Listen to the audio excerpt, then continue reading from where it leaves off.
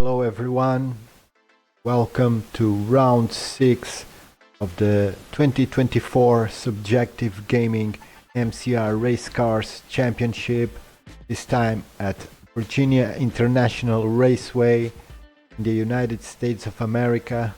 This is the south configuration of the circuit, and we are now taking a look at what happened during the qualifying session. And I did pretty well on this qualifying session, got pole position, and here we are getting out of turn number 9 into the main straight, on board my car, starting now a flying lap on this qualifying session, getting a little bit of tow from my opponents. In fact, they ended up slowing me down.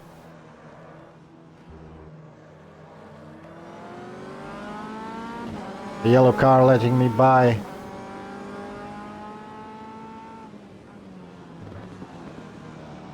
Now I was behind a faster driver, exiting turn number 4.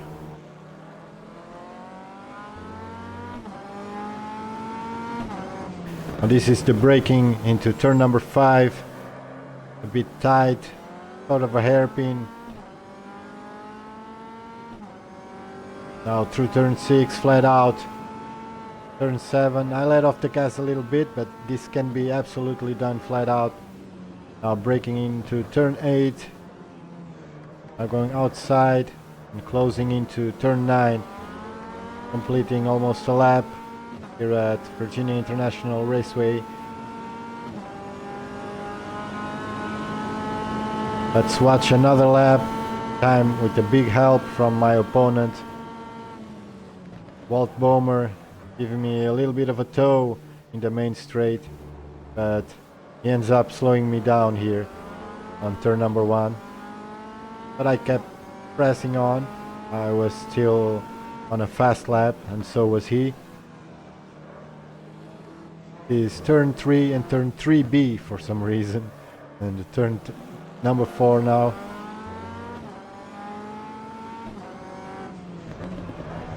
Now the tight turn number 5. Trying to put the power down as early as possible. Now turn 7. And here you can see a little bit of a glitch that the AI has on this circuit for some reason. Oversteering a little bit there. Not a fast lap for sure. Here I was starting another lap. And I take this moment to tell you guys that, as I was saying, the AI on this circuit has sort of a glitch on turn number 7, where they, just after the turn, on the exit of the turn, they brake a little bit. It's like, yeah, it's kind of a bug in the AI, but it doesn't slow them down that much, but it slows them down enough for me to be faster. But as you guys, if you guys saw the last race in Adelaide, the AI was much faster than me. So here at Virginia International Raceway, I got the upper hand. So it's kind of a random thing. The AI apparently is better programmed at some circuits. I don't know, but still it gives some randomness to the championship, which I find fun. Let's take a look at the qualifying results. Here are the results for the qualifying session. Got pole position with 1 minute 8.9, and Alan Gordon 1 minute 9.2. So a little bit of an advantage over my opponents, but as you can see, it's not by that much. It's less than half a second. So still competitive, and yeah. Let's continue to race 1. Here we are at the start of race number 1, and even though I got pole position on the qualifying session, I got a grid penalty which put me on P11 starting this race.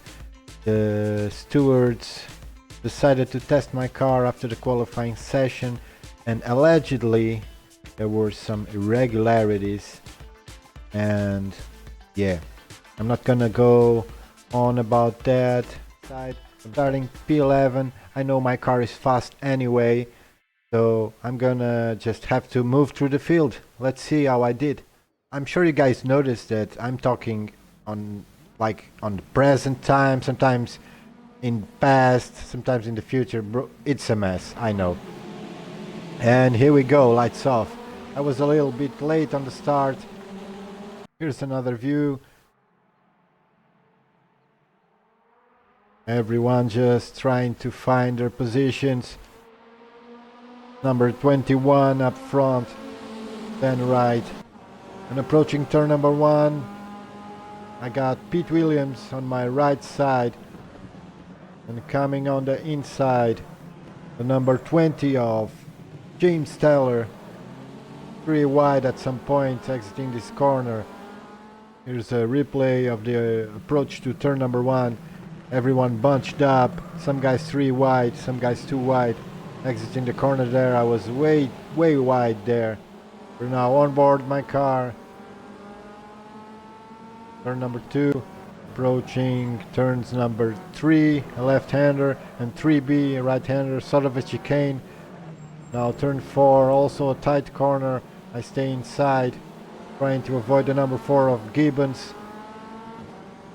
Exiting turn number 4, losing a position there to Gibbons. And the number 20 of Taylor also on the inside. I was P12. Lost a position on lap 1. Here's a view of turn number 7.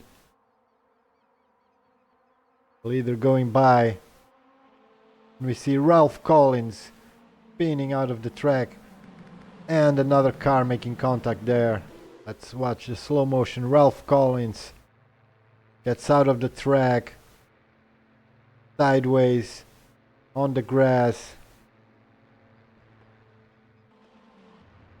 And shortly after, the number 13 of Seiler, Paul Seiler, gets loose, gets outside, gets 3 wheels on the grass, completely drifting, and he ends up colliding with the number 18 of Tim Matthew. His car his front end was ruining, spinning there, defying all laws of physics. Incredible. And so the race was ruined pretty much for Tim Matthew there. And shortly after, on turn number 8, you see the number 2 there of Patrick Sheraton on the inside making a move, and I make my idiot move of the race, completely off the track. Lap number 2, I fell to the 17th position. You see me here overtaking the number 24 of Keith Misen on the inside of turn number 1.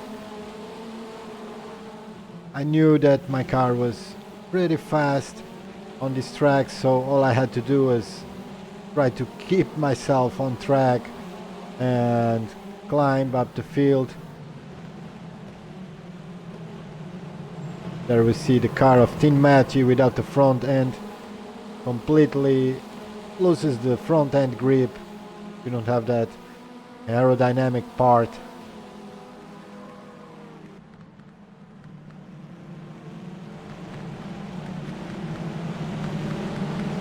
Lap number 2, approaching turn 1. I'm able to overtake Keith Misen on the inside. There's the number 18 of Tim Matthew without the front end of his car.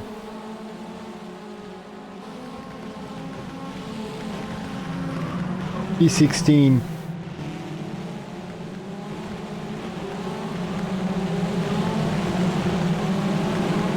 The number 11 of Pugsy right on my gearbox, moving about. Here I overtake Tim Matthew, braking into turn 5. At this point I was right behind John Owens. P15, end of lap number 2.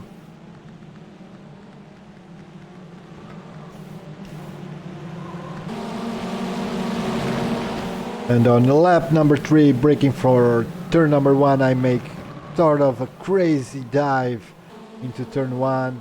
Here's the view on board, approaching turn number 1. I brake way too late, I go inside. And I see a Walt Bomer giving me room. Slow motion replay. Walt Bomer on the outside, followed by John Owens. And there I go on the inside, completely sideways. One wheel on the grass, making contact with the number 10 of Owens. But I was able to continue. I was able to keep it in one piece. Heading out of turn number 1. Was able to climb 2 positions. Already lap number 4. Braking into turn 1. And I'm getting closer to the guys up ahead.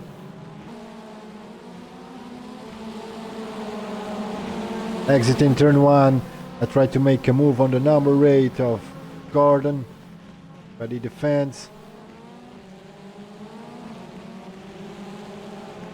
Turn number 4. Now heading into turn number 5, I make another crazy dive on the inside, and it works.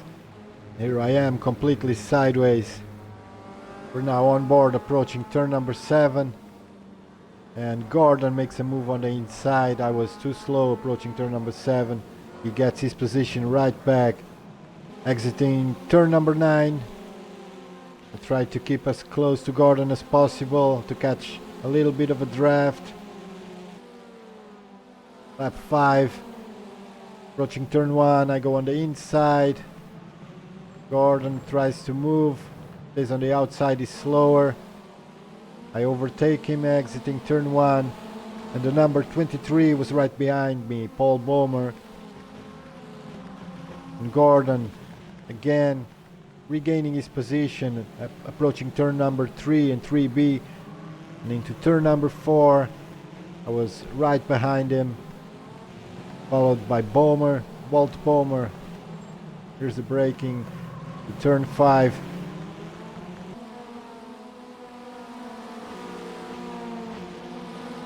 Lap number 6 again. Catching the draft. Trying to overtake Gordon on the inside like on the last lap. Little bit of oversteer over the curb. Gordon lets me go, gives me room. Turn number 7. I was right behind Patrick Sherrington.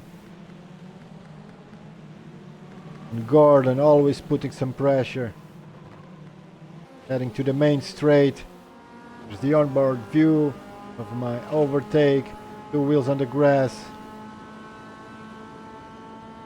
Approaching turn number 1. He's still not too far behind.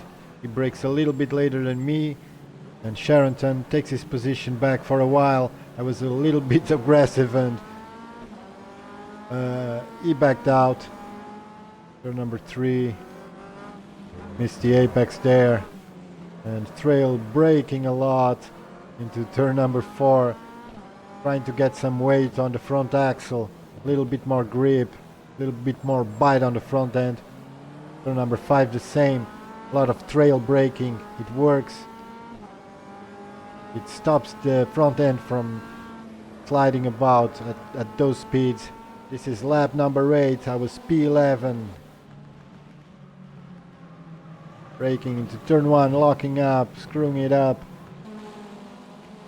Little bit of a clumsy approach to turn number 1 from me. Turn number 5 getting closer to Pete Williams and Richard Cook.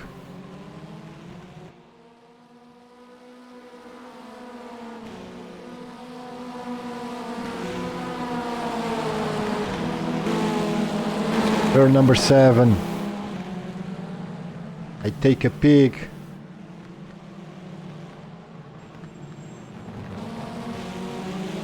Making a little bit of pressure to Williams.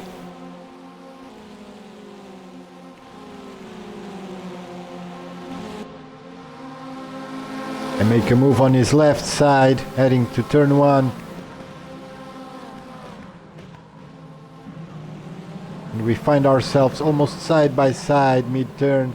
but I was able to get ahead of Williams. I was now P10, Williams right behind me, Richard Cook ahead of me, approaching turn 5, braking as late as possible, trail braking into the turn, and now trying to put the power down as early as possible, and that puts me right behind Richard Cook heading into turn 7. I make a move on the inside of turn 8. I go over the curb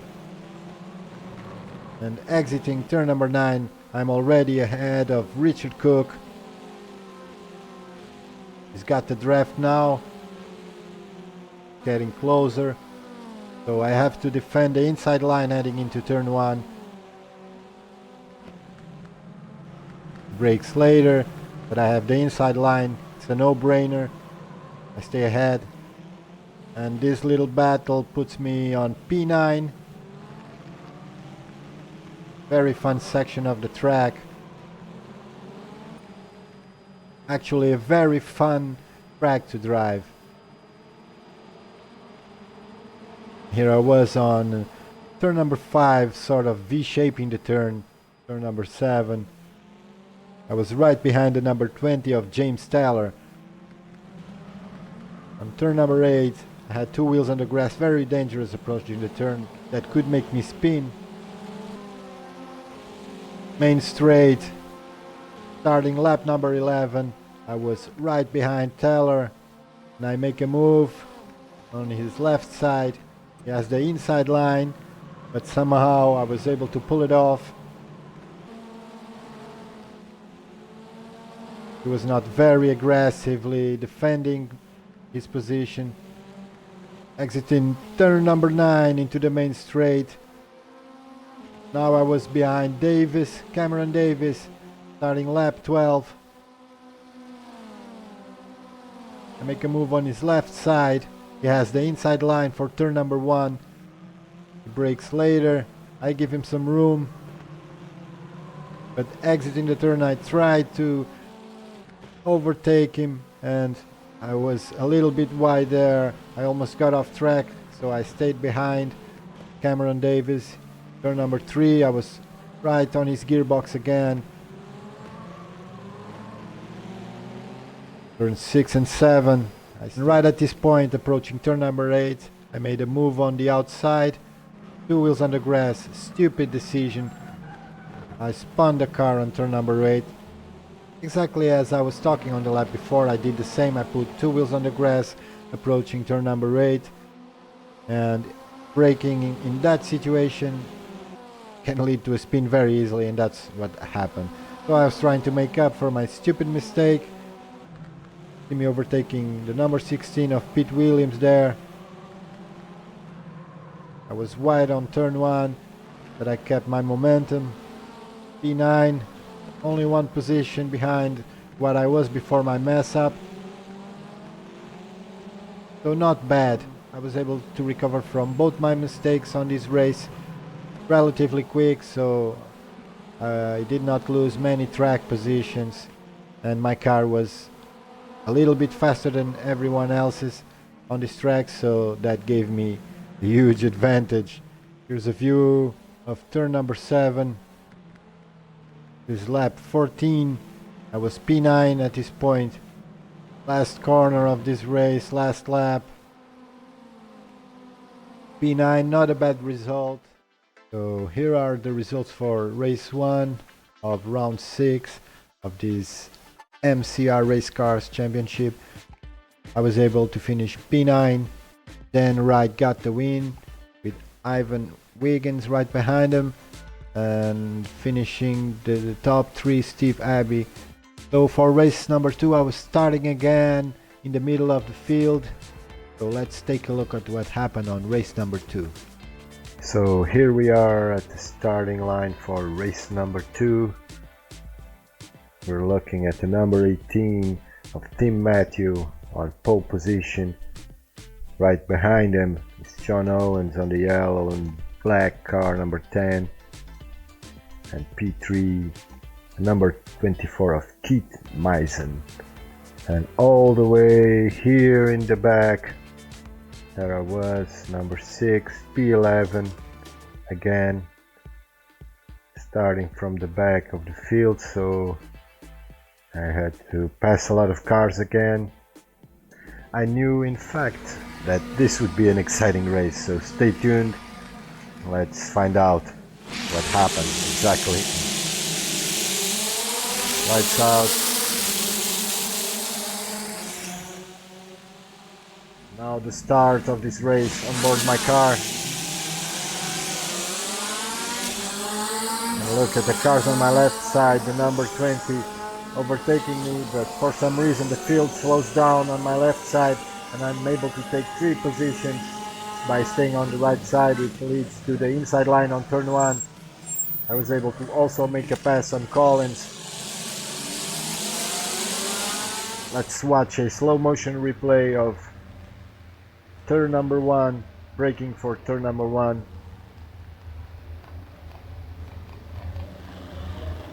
My left side, Ralph Collins, slower, was able to overtake him on the inside of turn number 1.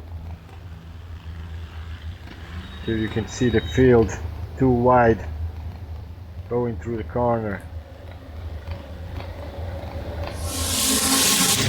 And also the number 16 and 22, Pete Williams and Collins, make a move on the inside heading into turn 3. I had to give them room, but I was still fighting here. See me there, trying to accelerate. Turn 3B, exiting turn number 4, braking into turn number 5. The car ahead of me of Richard Cook brakes way too early. I was not expecting that at all, and I hit him just strong enough not to ruin my front end, but I had damage on my car for sure. Let's take a look in slow motion of my distraction, my rookie mistake as usual. Number 17, braking a little bit early into turn number 5. And there I go.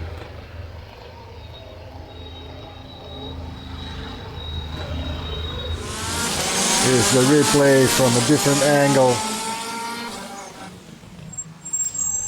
You can see me hitting, but in spite of my mistake, I decided to press on and gain a position. And there I was at the end of lap number 1.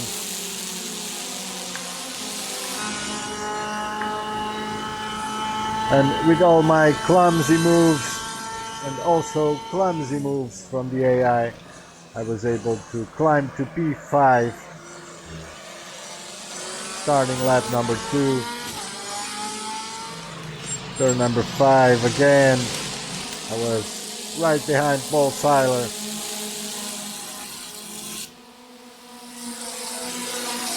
And you see the number 11 of Pugsy making a move on Seiler on the inside of turn number 7. Let's take a look at what happened to Paul Seiler. Approaching turn number 7, Pugsy was on the inside making a move. He overtakes him momentarily, but Seiler was too fast. He was too much on the outside of turn number 7. He slides out of the track, 2 wheels out of the track, now 3 wheels on the grass. Here is Paul Seiler sliding on the grass, only 1 wheel on the track, now 2 wheels, and the rear end just says goodbye. This is the end of lap number 2. I was already P4.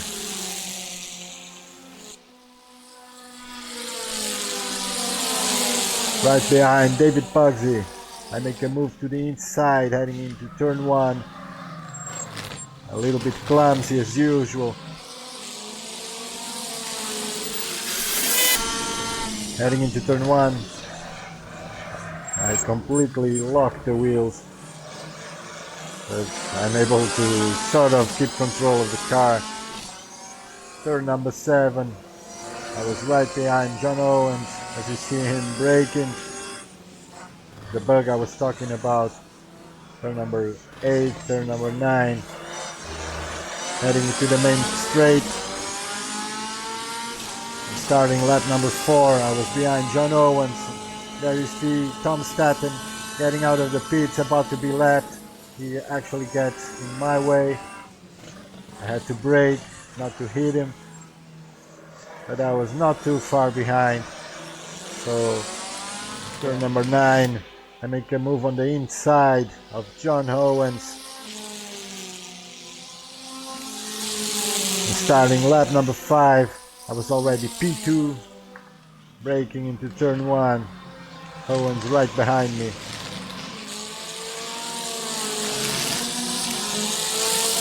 Heading into turn 3, John Owens makes a move on the inside. I end up side by side with him on turn 3B. Turn 4 is on the inside again. I had to let him go.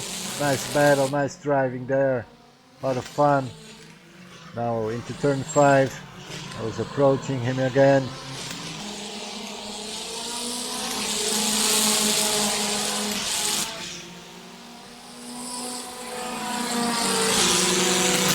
I was hoping not to make a stupid mistake again on this race number 2.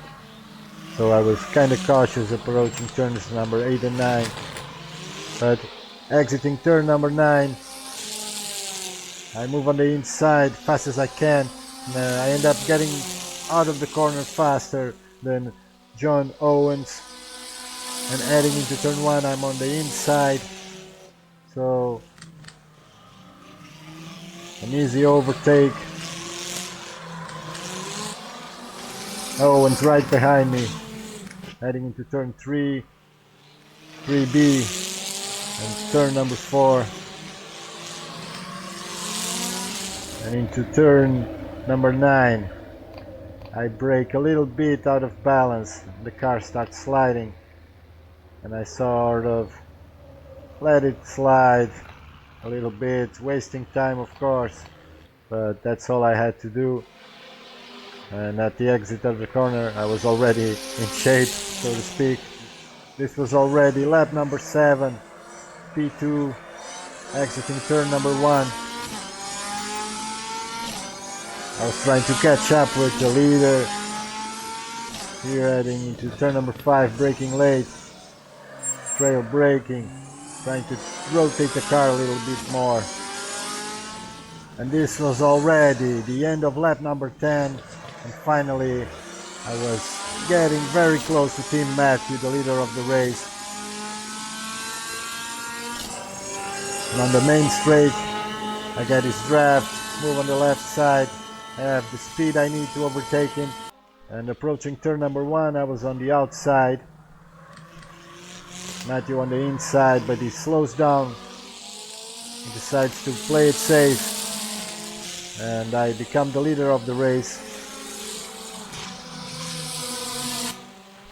Approaching turn number 3, I defend on the inside.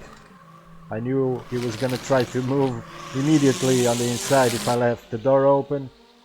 Now heading into turn 5, Matthew still trying to make some pressure, trying to regain his position, but he already realized that I am much faster than him.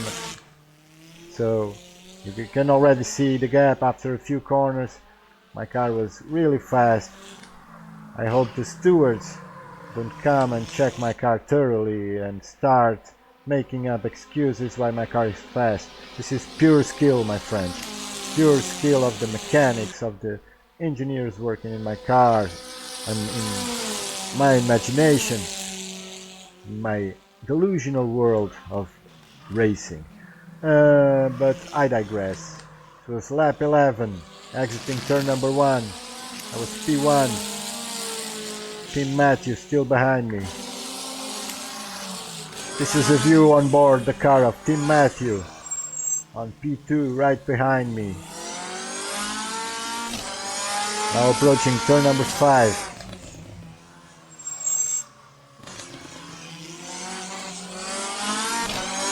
At this point We were very close to the end of the race.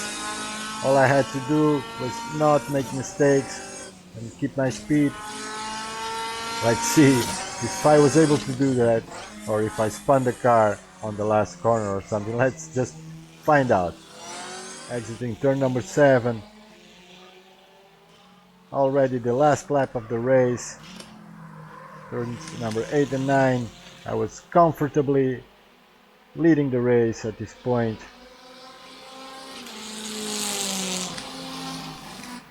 And checkered flag, I get the win, and I was lucky to recover from my idiot mistakes quickly enough not to lose many positions and be able to fight for positions and climb through the field. So let's take a look at the results for race 2.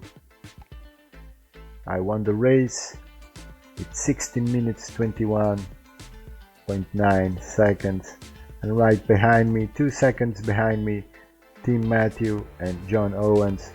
Very good weekend for us, or for me, I don't know. You guys figure it out. And the standings of the championship, after 6 races out of 10, I'm still ahead with 142 points, and 10 points behind is Dan Wright, followed by Michael Gibbons with 114 and Alan Gordon 108, and so on. So all I had to do was keep winning. This is a no-brainer. But I also have to expect that the next circuits I can be competitive with the AI, because sometimes they are so fast, way beyond my skills. All I have to do is drive to survive, so to speak. I don't know if I can say this. Maybe they copyright my video. Yeah, we'll see about that. I'm not making money with this anyway. So yeah, let's go and go and peace.